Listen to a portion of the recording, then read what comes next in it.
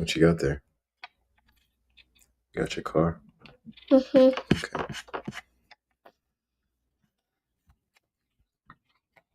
Hard and hot. And it has to now.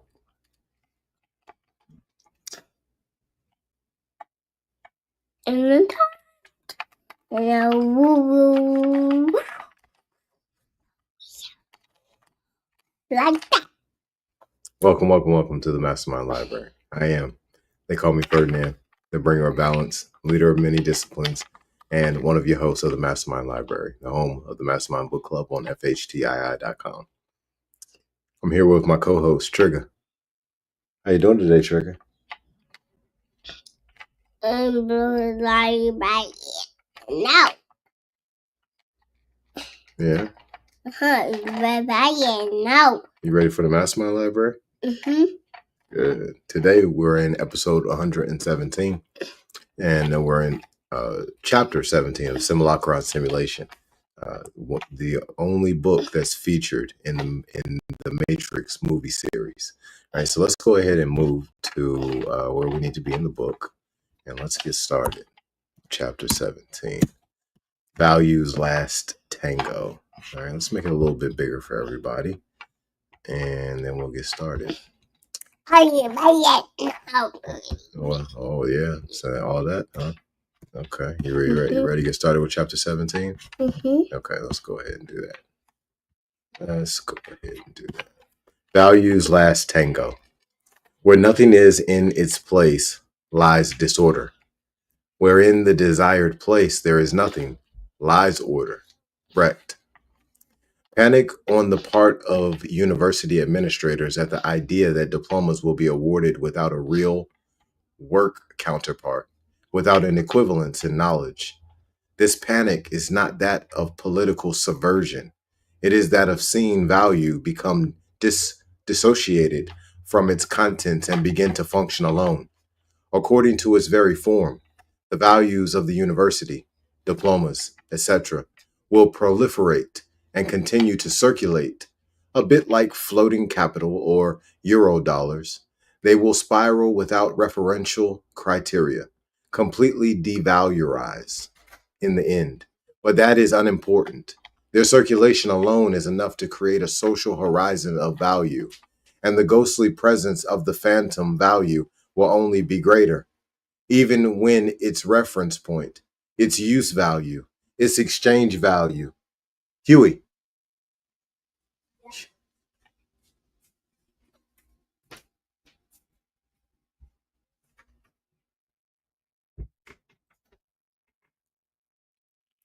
And the ghostly presence of the phantom value will only be greater, even when its reference point, its use value, its exchange value, the academic workforce that the university recoups is lost.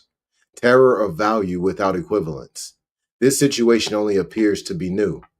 It is so for those who still think that a real process of work takes place in the university, and who invest their lived experience, their neurosis, their raison d'etre in it, the exchange of signs, of knowledge, of culture in the university between teachers and taught has for some time been nothing but a doubled collusion of bitterness and indifference, the indifference of signs that brings with it the disaffection of social and human relations, a doubled simulacrum of a psychodrama, that of a demand hot with shame, presence, Oedipal exchange, with pedagogical incest that strives to substitute itself for the lost exchange of work and knowledge.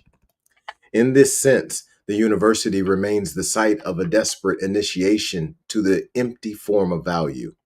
And those who have lived there for the past few years are familiar with this strange work, the true desperation of non-work, of non-knowledge, because current generations still dream of reading, of learning, of competing, but their heart isn't in it as a whole. The aesthetic cultural mentality has run body and possessions together. This is why the strike no longer means anything. It is also why we were trapped. We trapped ourselves after 1968 into giving diplomas to everybody. Subversion? Not at all. Once again, we were the promoters of the advanced form, of the pure form of value, diplomas without work. The system does not want any more diplomas, but it wants that operational values in the void. And we were the ones who inaugurated it with the illusion of doing the opposite. The students' distress at having diplomas conferred on them for no work complements and is equal to that of the teachers. It is more secret and more insidious than the traditional anguish of failure or of receiving worthless diplomas. No risk insurance on the diploma, which empties the vicissitudes of knowledge and selection of content, is hard to bear. Also, it must be complemented by either a benefit, alibi, a simulacrum of work exchanged against a simulacrum of a diploma, or by a form of aggression, the teacher called on to give the course, or treated as the automatic distributor, or by rancor, so that at least something will still take place that resembles a real relation. But nothing works. Even the domestic squabbles between teachers and students, which today make up a great part of their exchanges, are nothing but the recollection of, and a kind of nostalgia for a violence or a complicity that heretofore made them enemies or united them around a stake of knowledge or a political stake. The hard law of value, the law set in stone, when it abandons us, what saddens, what panic? This is why there are still good days left to fascists and authoritarian methods, because they revive something of the violence necessary to life, whether suffered or inflicted. The violence of ritual, the violence of work, the violence of knowledge, the violence of blood, the violence of power and of the political is good. It is clear, luminous. The relations of force, contradictions, exploitation, repression.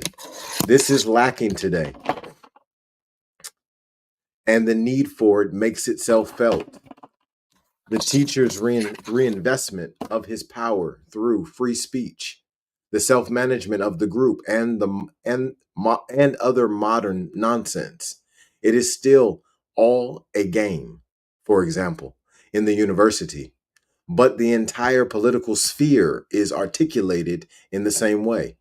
No one is fooled, simply in order to escape profound disillusionment, to escape the catastrophe brought on by the loss of roles, statuses, responsibilities, and the incredible demagoguery that is deployed through them.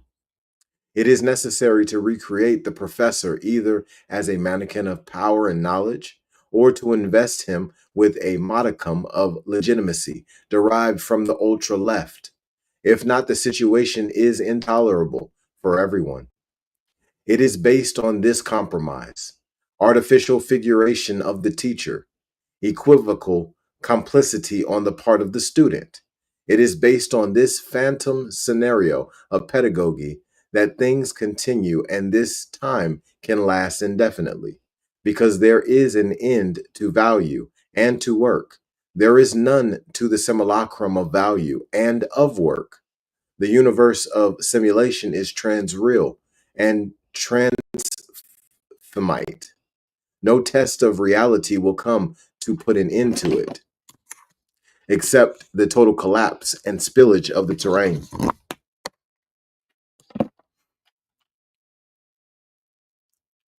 which remains our most foolish hope. 1. Moreover, contemporary strikes naturally take place on the same qualities as work, the same suspension, the same weight, the same absence of objectives, the same allergy, the decisions, the same turning around of power, the same morning of energy, The same undefined circularity in today's strike as in yesterday's work. The same situation in the counter institution as in the institution. The contagion grows. The circle is closed. After that, it will be necessary to emerge elsewhere. Or, rather, the opposite.